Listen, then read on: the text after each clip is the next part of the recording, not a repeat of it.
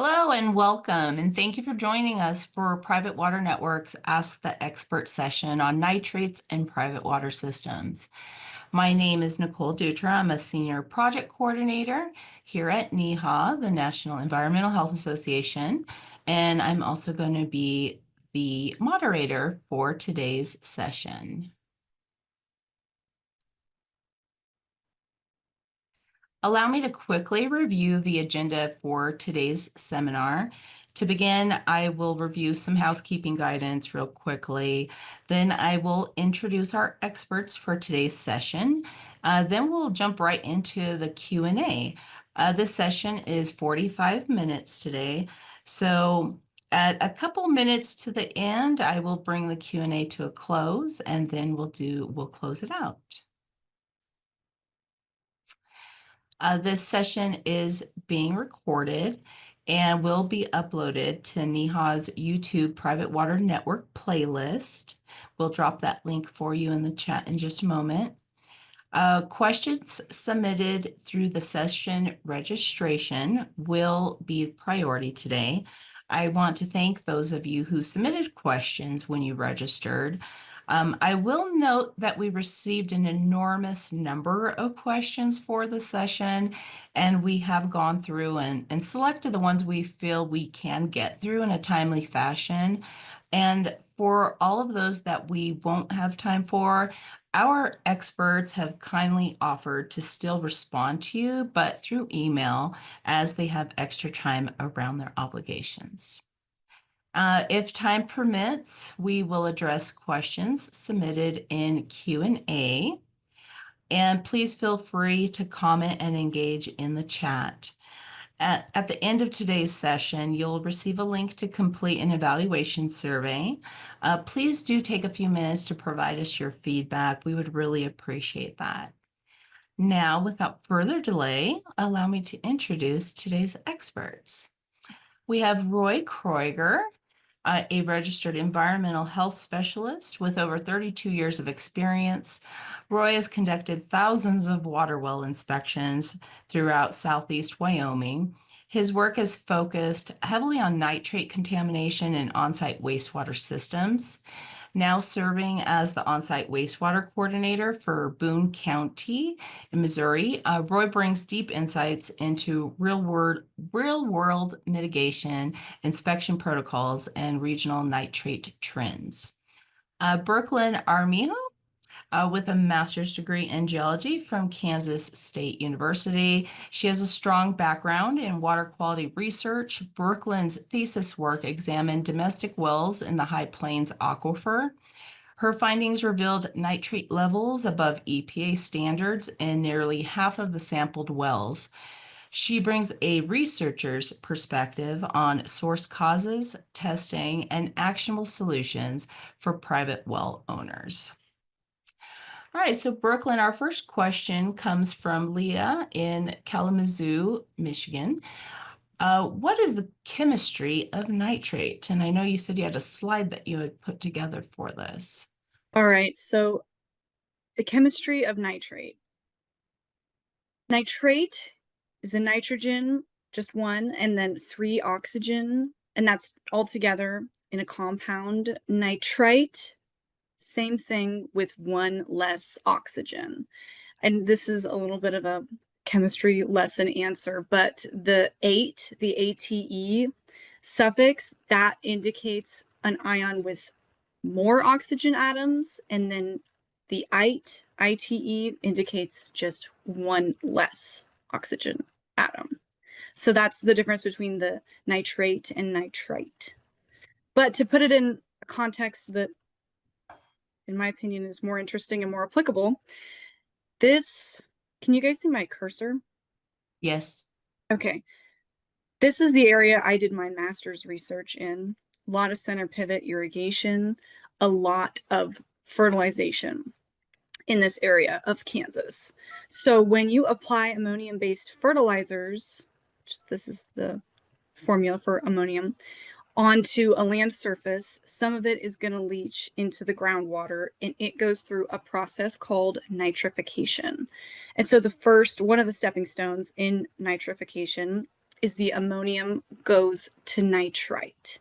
And then the next step is nitrite to nitrate. So that is the process. What Nitrification. what causes that, Brooklyn? It's just a natural, I mean, it's just a natural process that's happening in the subsurface. And it happens when there's ammonium, just in general. Let me see. Okay. Leah also, okay, that was the difference between nitrate and nitrite.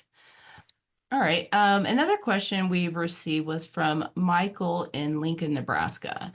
What techniques have have you, Brooklyn, been involved with as far as when private well owners are not taking nitrates seriously in their drinking water? Okay. I have a slide for this one too, although it's a simple slide.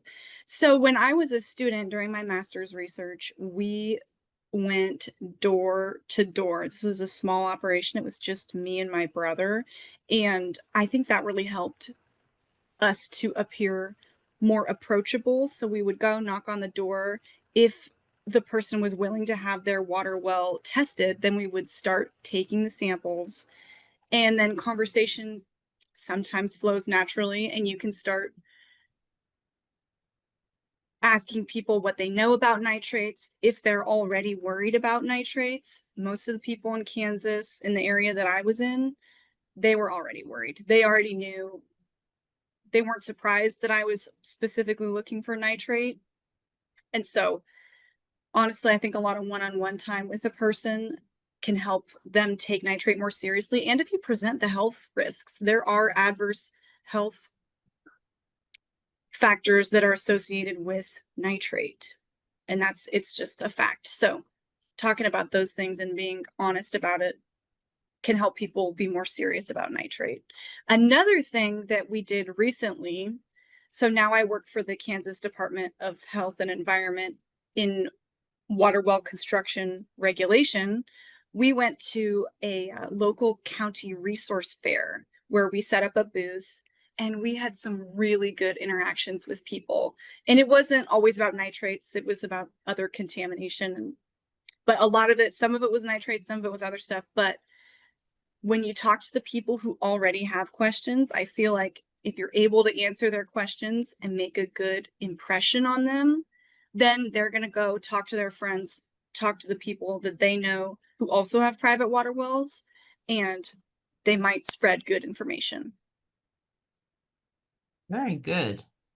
I like the idea of doing a county fair, a booth. That is really awesome.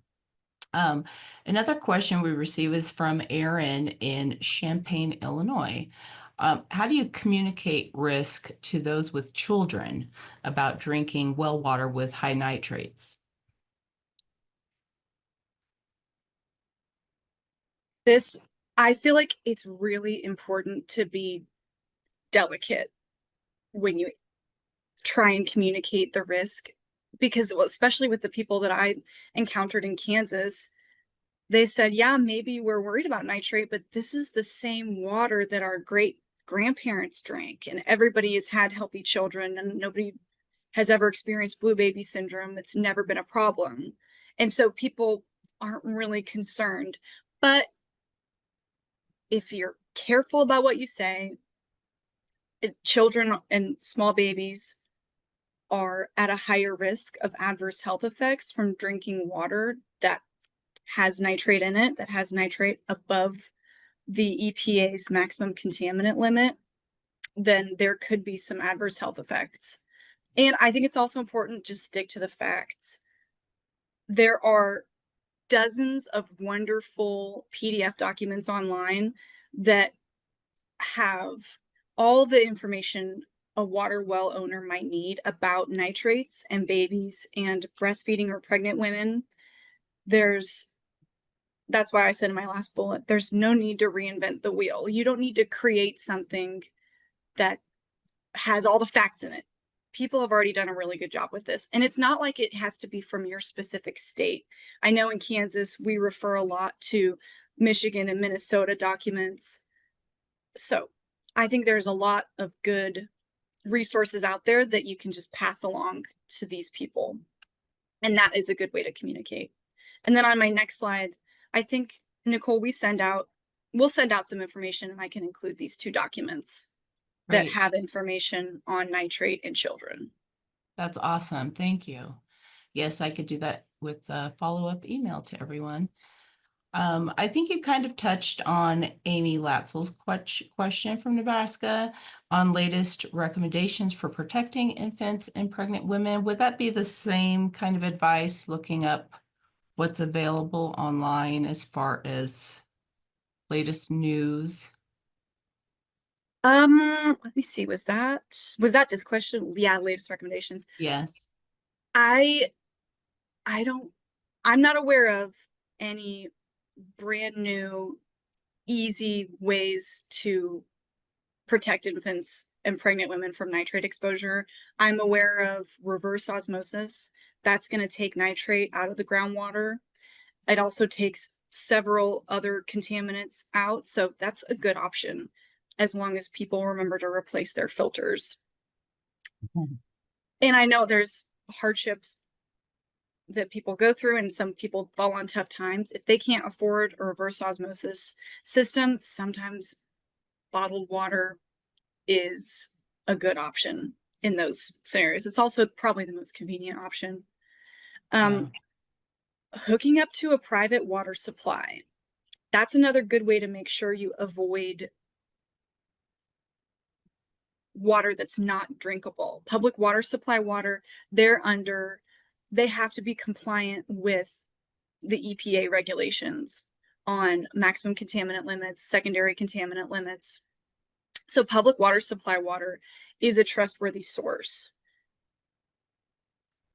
So if somebody is able to connect to public water supply, that's also ideal, but that can be expensive Yeah. in and of itself. So, and then my last recommendation is just get your well water tested for nitrates. This is recommended on an annual basis.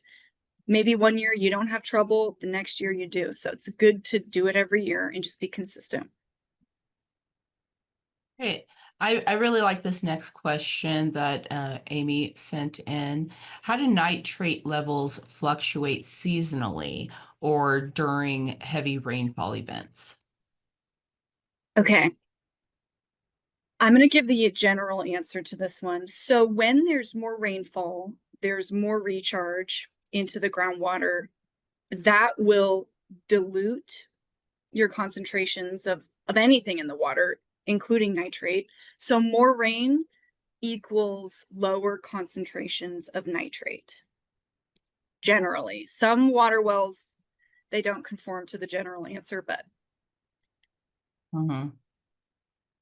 Okay, Brandon, I saw your hand pop up on the screen. If you want to use the Q&A option if you had a question, please do. And Brooklyn, a question from Pamela Shafee. Is isotope analysis still conducted to differentiate animal waste sources from fertilizers? yeah, that's a great question. This is a slide I have prepared to answer it. And my answer is yes. Isotope analysis is still really useful in figuring out where the nitrate is sourced from. This is a figure from one of my friend's research papers, Ali Lane. It was published in 2020 in the Hydrogeology Journal. She looked at wells in a similar area to my master's thesis, which was a part of the High Plains Aquifer. She sent her groundwater samples to a facility that could test for isotopes and differentiate. And she found most of the nitrate in the wells that she sampled was from ammonium-based fertilizers. So you can see most of the concentrations plot here. Some of it was from manure. There's definitely some cattle operations in the field area also, so that makes sense. So yeah, still really useful. So, Brooklyn, with your experience with drilling and the construction of wells, We received quite a few questions regarding that. Our first question came from Lisa Hoffman in Michigan. She was asking for any advice for homeowners in high nitrate areas and working with well drillers to find aquifers. Okay, this was a very good question, and we deal with this also in Kansas too, so applicable to everybody. Oh good, I'm not on mute. So my advice is use your resources. In Kansas, our state geological survey has a lot of information on local geology, hydrology on the local level. So in the whole state, they don't have the hydrology done, but in some places they have very good hydrology information. There might be a better aquifer if you drill deeper, or you may find that drilling deeper is not the best option. Another good thing to look at is, how was the well constructed? Is it an old well? Maybe, is it in poor condition? Is the casing cracked? Are there things that you can do to the well that would bring it up to higher specs? That could also help. Another thing is, you might want to talk to neighbors. Maybe there's a neighbor in a similar situation. If they have a water well in the same aquifer, and maybe they have the magic answer. So that's another good resource. And then, kind of similar to what I said earlier, you might want to consider hooking up to public water supply. That's a great way to make sure that your future issues are taken care of. And public water supply could definitely solve future issues. Thank you, Brooklyn.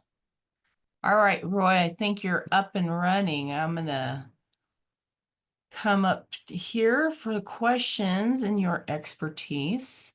From Allison in Wyoming. What are the health impacts of nitrates in drinking water? So there's quite a few areas of concern with health in nitrates. So the big one that everybody or most people are aware of is the methemoglobinemia, or the blue baby syndrome. And that's important because that really can cause death in babies younger than 6 months of age, because the blood in those babies prefer to carry that nitrate rather than oxygen, and so the babies suffocate to death. But research has also shown there's other issues out there now with adults. Oftentimes we're seeing increased risk in colorectal cancers, stomach cancers, bladder cancer, things like that. And then we're also seeing some reproductive issues, such as early premature birth. We're seeing some issues on low birth rates, those kinds of things, that nitrate is really being shown as a source of those issues as well. Wow, okay. And what we kind of had a similar question come in from Richard Minger and Patty Ruff. They were curious about the sources. I mean, I think most of us know that farming practices have a lot to do with nitrates in our water. But what other sources are there out there, Roy? So obviously the farming has been a big deal for many years. And in the old days, they used to put nitrate fertilizer right down the well casing and use the well to pump it back out and fertilize the crops. And so that is the historical effect of a lot of it. But there's many other sources. The fertilizer that we put on our own lawns are a huge issue. Golf courses that fertilize all that grass they have out there are a huge issue. One that I work with most often are septic systems. You know, a failing septic system is a big source of nitrate into the drinking water or groundwater. Landfills can be an issue. There can be some natural sources. So there's a lot of different sources out there that can increase the nitrate level. And thank you, Roy. And a question from April in Maryland. She asked if nitrates, can they be a concern in municipal water systems? So they can be concerned in, generally that's in more rural and smaller systems that have less capability to keep control of everything. It shouldn't be a problem. EPA standards require that those systems can test for nitrates and they can treat for them. And so generally we don't see a problem, but it's still not impossible to have one. And so it's not a foolproof. Doesn't, for the smaller community systems, EPA, that's not part of the Clean Water Act, as far as regulating those? So yes, it is, but they just don't have sometimes the resources needed to keep on top of the testing and the treatment of that water. And so even though it is regulated, that's where you see failures from time to time. Wow, okay. All right, our next question came in from Mark in Pennsylvania. Do failing septic systems contribute to high nitrates in wells? I think you actually touched on that. Roy, do you have anything in addition? Yes, they absolutely can cause nitrate issues. A lot of that water that's going through a failed system is probably not being treated properly, and it's even receiving less treatment than normal. And so that water passes through with the nitrates, and then it can reach groundwater, it can reach surface water. All of those will affect the nitrate levels in your wells and your drinking water. Wow, okay. Our next question, I thought was a very interesting question that I would like to know the answer to as well. Came in from Lydia Ingalls in Ohio. Are there any signs a homeowner should look for to indicate nitrates may be an issue? So it's not something that has an odor or a taste or a smell to it. So it's not real obvious. But I think there are some things that the homeowners can do across the country is to stay aware. Are you hearing of other issues in your communities? Because if you are, then it's really important to go out and test and find out. And it's always important to test regardless. But if you know your community already has issues, then it's highly recommended that you test. Great, thank you. Our next questions, we actually had a couple questions that were pretty similar come in from Eric Yegi and Grace in South Carolina. Are you aware of any accurate home field testing for nitrates or a rapid test for home use? So there are some tests out there. I know Hawk Water Testing Company has a test strip, but it really reads in intermittent sections. So you don't get a 2.3 parts per million of nitrate. You get a range from like 1 to 5 or 5 to 10 or something like that. And so even though you can use those to kind of get an idea, it's important to test with laboratory testing. And laboratory testing is not that expensive. It's generally $20 to $40 to have a nitrate test, or even better, you have a nitrate plus nitrite test done, and that might cost an extra $10. So it's well worth the money spent to get an accurate result. Great, thank you, Roy. Let's see. Our next question was from Jason in North Carolina. What level of nitrates do you think there should be before you would need to install treatment? So that's kind of a tricky question. Obviously, the EPA limit is 10 parts per million. And if you're above 10 parts per million, you definitely want to be concerned. But some of those health effects I mentioned earlier, like the colorectal cancers and the bladder cancer and the reproductive issues, a lot of those have been found with lower levels of nitrate. And so Wow. it's probably recommended that you pay attention, you test on a regular basis. If you test annually to every 3 years, you can see if the nitrate level is rising. And if you see that level rising, then that might be your key indicator to go out and find some treatment system for that. All right. Thank you, Roy. That's quite interesting what you said there. Let's see.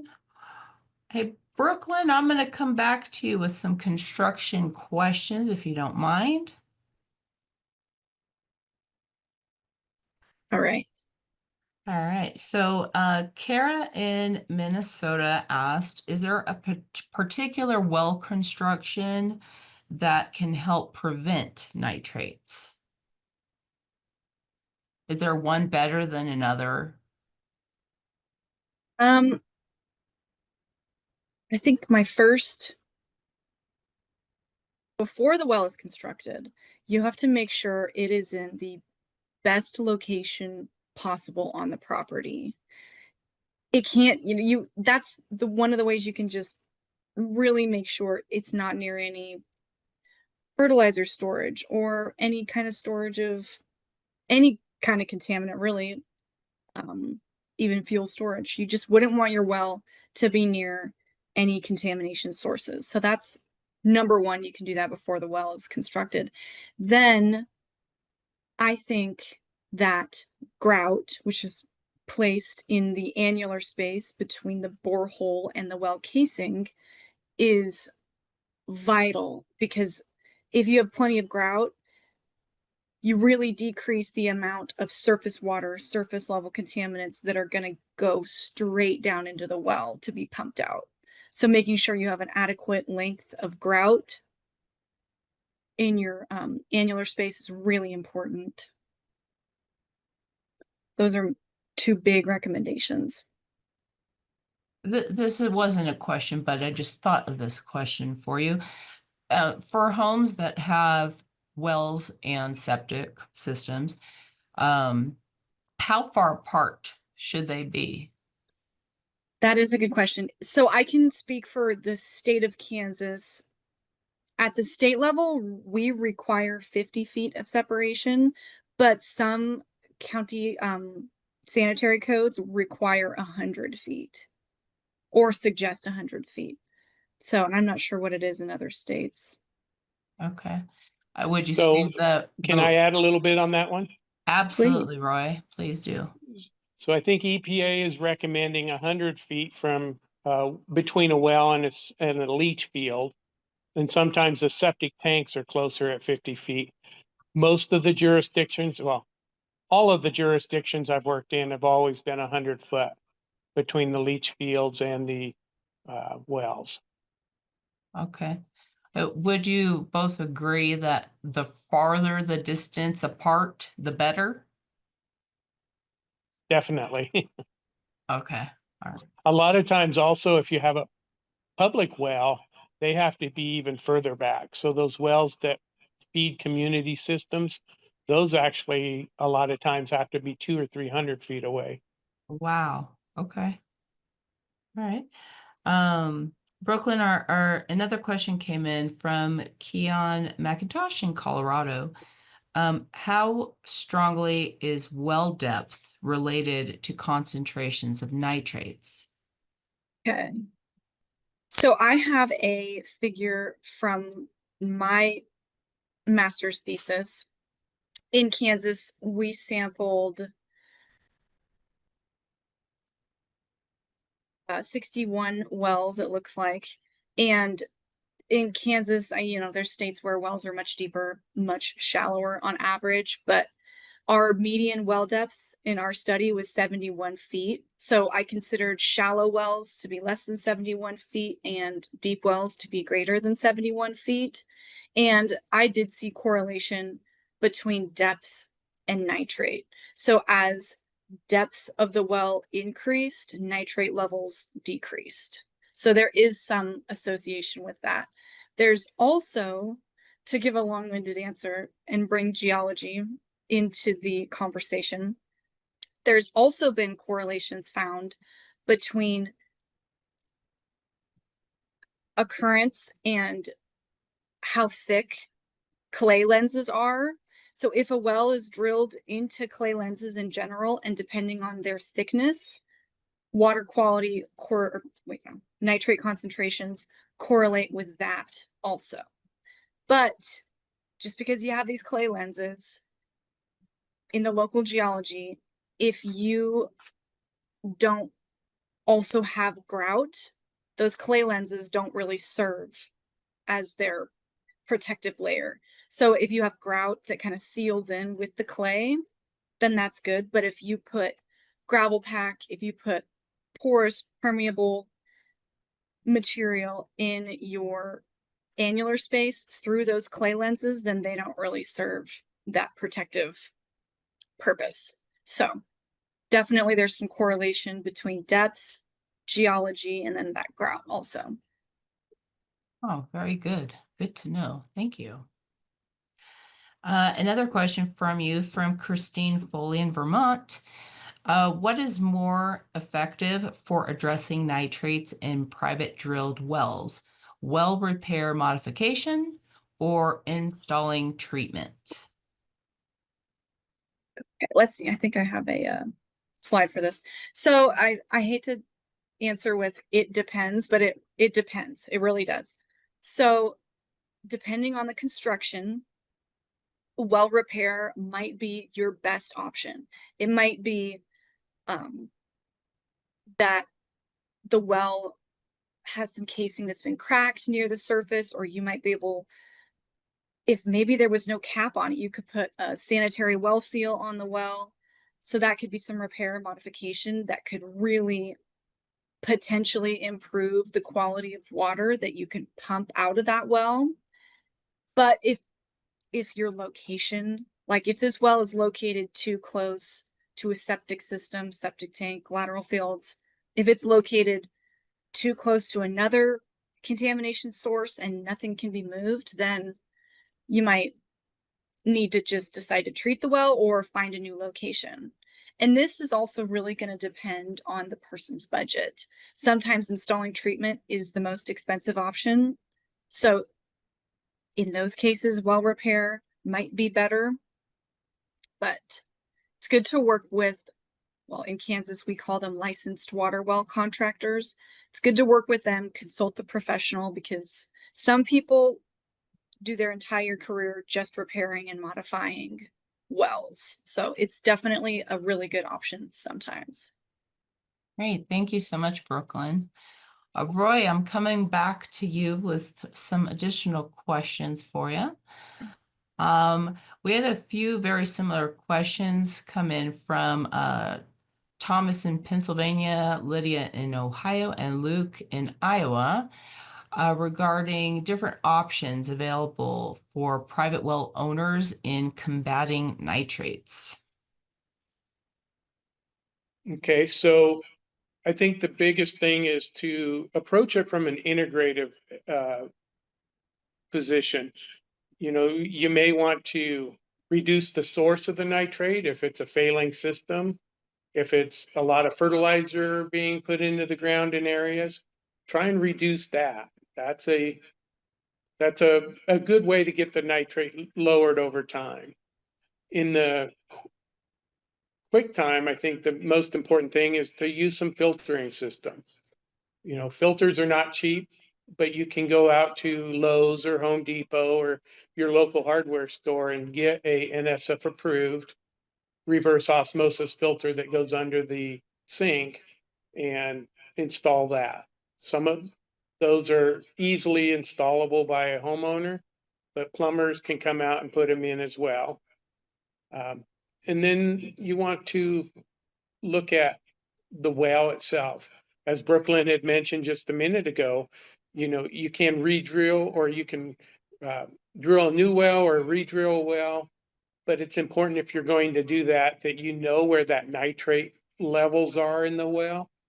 Because if you don't case and grout, like she said, you're just going to pull that nitrate down with you into the bottom of the well and not fix a problem. So like I said, there's several different ways to fix your problem, and all of them should be considered as a integrative method to do that. Okay, I think that may have answered our next set of questions from Marie, Grace, and Jason regarding household filters. Now, these are point of use filters that you're recommending, right? That go under the sink.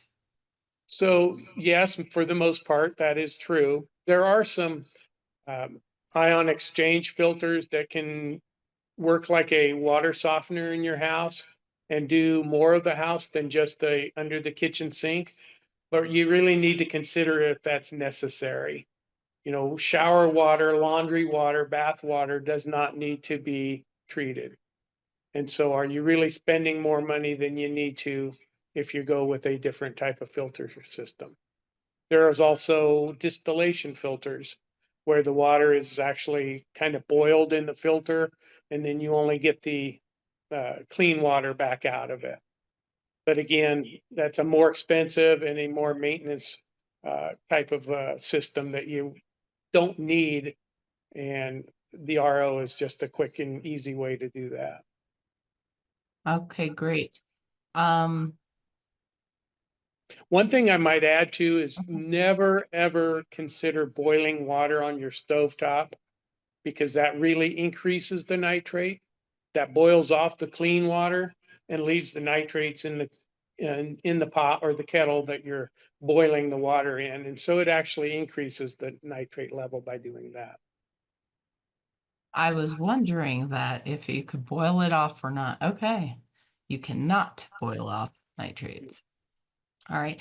Any other treatment technologies that you could recommend? Either of you? No. Okay. All right. Moving right along. Let's see. Roy from Haley in Washington, they asked how much land area or square feet is needed to mitigate for nitrogen produced by a septic system in gravelly soil. So that's really still dependent on more than just the gravel. You know, gravelly soil is actually going to allow that to pass through much faster and into the water table. But you may also want to be considering things such as how high is that water table? The closer it is to the surface, then the more land you're going to need to reduce the nitrate.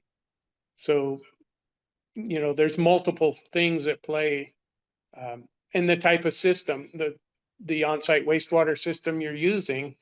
Some of them will reduce nitrate better than others. And so that's going to be something you have to consider as well. Now, my experience in Wyoming, we had a fairly sandy soil. The loading rate most of the time on that soil was really close to 1 inch in 10 minutes or 0.62 square feet or 0.62 gallons per square foot of soil a day. And we had problems in 2.5 acre lots. We had a lot of problems in smaller lots. But when we got up around 5 acres or better, we very seldom seen problems. Okay. So that's anecdotal, but it is an answer. All right, and a question from Kylie in Bend, Oregon. Are folks sampling residential systems to track nitrates anywhere that you are aware of?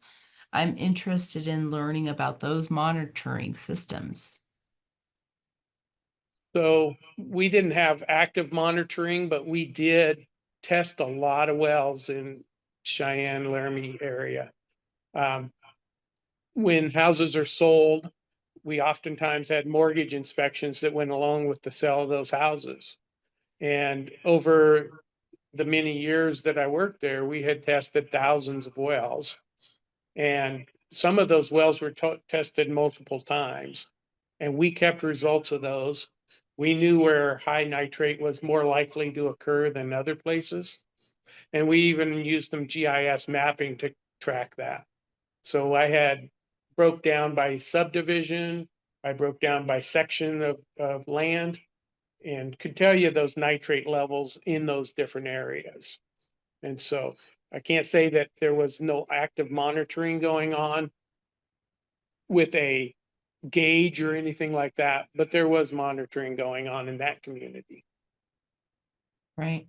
And Brooklyn, do you know of any monitoring? So in the state of Kansas, the Kansas Geological Survey just recently restarted our groundwater quality monitoring system. So they're going to public water supply systems, and also they're doing domestic wells and they're sampling. And this was just restarted last year, so I don't think that they have any results published yet, but they will be testing for nitrate. And this was a sampling effort that had gone on from the 80s, 90s to the early 2000s, and then funding was cut, but recently it has restarted, so that's really good. Wow, great. All right, everyone, it looks like we're down to the last minute. So I would just like to take a second to thank Roy and Brooklyn for being here today and answering your questions. I am going to copy down the questions out of the Q&A and provide those to them to be able to respond through email as well. And so thank you everyone for joining us today, and please do take a moment to complete the evaluation survey. You'll receive a link right as we close out of our webinar today. So thank you again, and everyone have a wonderful day. Thank you. Thank you. Bye.